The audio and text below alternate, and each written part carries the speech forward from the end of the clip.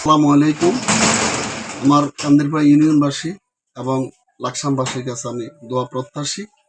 আমি মোহাম্মদ আবুল হাসান সওদাগর। আমার বাড়ি সিংজু পশ্চিম চৌধুরী বাড়ি। আমি লাকসাম কলেজে লেখাপড়া করি। 1988 সালে আমি বিএসসি পরীক্ষা দিই। আমার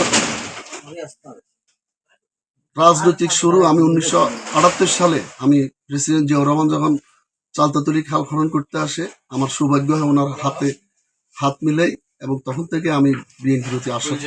আমার ছাত্র জীবন থেকে আমার বর্তমানে আমি লাকসাম উপজেলা বিএনপির সহসভাপতি।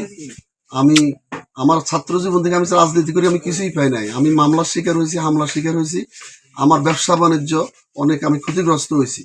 আমার লাকসাম বিস্কিট ফ্যাক্টরি ছিল, আপনারা জানেন, অ্যাপোলো ফুডস। ওইটাতে হামলা হয়েছে, তালা মারছে। ওইটাকে আমি বন্ধ করে দিয়েছি, বিক্রি করতে বাধ্য হয়েছি।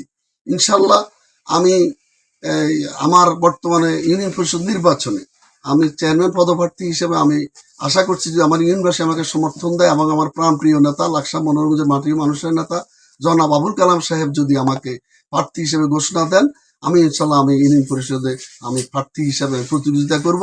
ইনশাল্লাহ আমার ইউনিয়নবাসী আমাকে ভোট দিয়ে জয়যুক্ত করবে, এটা আমি আশা করি। আমার ইউনিয়নবাসী ভুল করবে না, কারণ আমার পুরো জীবনটা আমি আমার ইউনিয়নের জন্য আমি ব্যয় করছি। অনেক স্থানীয় যারা ভোটাররা আছেন ওরা বলছে যে এখন প্রত্যাশী, কিন্তু যখন নমিনেশন আসে তখন দেখা যায় আবার বসে যায়, এরকম কোনো কিছু এই জিনিসটা যদি বলে। না, আমি কমপ্লিটলি আমি প্রস্তুতি নিয়ে আছি সর্বদিক থেকে। আমার সবকিছু প্রস্তুতি সম্পন্ন। ইনশাল্লাহ আমি পিছপা হব না।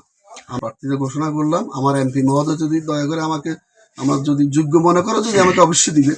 আমার থেকে আরো অনেক যোগ্য প্রার্থী থাকতে পারে, তবে দল যাকে দিবে আমি তার পক্ষে কাজ করব। দলের বাইরে আমি যে বিগত দিনও যাই নাই, ভবিষ্যতেও যাব না, ইনশাল্লাহ।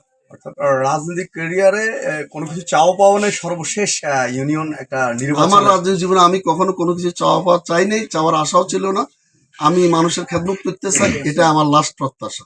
যদি আমার এমপি মহোদয় এবং আমার ইউনিয়নবাসী আমাকে সুযোগ দেন, ইনশাল্লাহ আমি প্রস্তুত। আমরা আগামী একটা প্রশ্ন করি, সেটা হচ্ছে যদি আল্লাহ দেয় আপনাকে মানে নমিনেশন পান বা নির্বাচন করেন, নির্বাচিত হওয়ার পর প্রথম আপনার কি কাজ থাকবে, যদি এই বিষয়টা একটু বলতেন। আমি আল্লাহ যদি আমাকে সেই সুযোগ দেয়, আমি যদি নির্বাচিত হই, আমার প্রথম কাজই থাকবে আমার যারা মেম্বারে নির্বাচিত হবেন, আমি আশা করি আমার মেম্বাররাও যাতে শিক্ষিত এবং কোয়ালিটিপূর্ণ হয়। তাহলে ওদেরকে নিয়ে আসলে এখন এটা বলা উচিত না যে মানে এখন গভর্নমেন্ট কি আইন করে আমি জানি না। আমাদের যেহেতু আমি ওই দিন ইউনিয়ন পরিষদে তো আমি যে এত বছর নেতৃত্ব দিয়েছি, থানা কমিটির সহসভাপতি, কখন আমি ইউনিয়ন পরিষদে যাই নাই, যেহেতু আমার কোনো চাওয়া পাওয়ার নেই। আমি ওই দিন যাই দেখলাম একটা এজলাস আছে, একটা আদালত আছে, এখানে বিচার আছে, জাস্টিস। ওখানে আমি মনে করি একটু লেখাপড়া দরকার, শিক্ষিত লোকের দরকার। তা না হলে